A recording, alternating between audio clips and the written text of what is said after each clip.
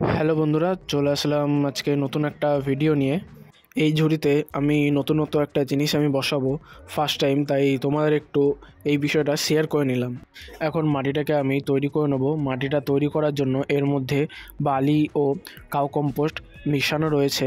এখন শুধু কোকোপিটটাই এর মধ্যে মিশিয়ে নেব, কারণ কোকোপিটে অনেক রকমের নিউট্রিয়েন্টস রয়েছে যেটা গাছের জন্য খুবই উপকারী। এতে গাছের শিকড় ও রুট হরমোন খুবই ভালো থাকে। মাটি বানানো হয়ে গেছে, এখন অল্প অল্প করে এই ঝুড়িতে আমি মাটিগুলোকে আমি দিয়ে দেবো।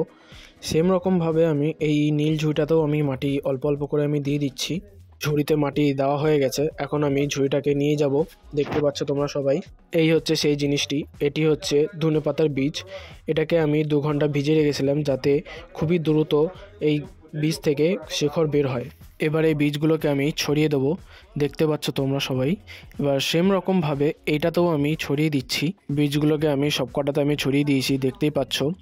এখন এই বীজগুলোর সঙ্গে আমি মাটিগুলোকে একটু মিক্স করে নেবো যাতে বীজগুলো নিচে অবধি চলে যায়। এবার মাটিগুলোকে আমি হাত দিয়ে আলতো করে সমান করে নেব।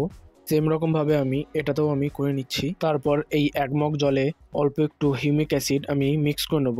এই জল গাছে দিলে গাছ স্ট্রেস কম নেয় ও রুটিং খুবই দ্রুত হয়। তারপরে এই জলগুলোকে আমি ছড়িয়ে দেবো যাতে পুরো মাটিটা ভিজে যায়। সেম রকমভাবে এটাতেও আমি ছড়িয়ে দেবো। অল্প জল বেঁচে গিয়েছিল, যেটা আমি এক এক করে প্রতিটা গাছে আমি দিয়ে দিলাম। এতটাই ছিল আজকের ব্লগ। এরকম আরও নতুন নতুন ভিডিও দেখার জন্য চ্যানেলটাকে লাইক ও সাবস্ক্রাইব করে নাও।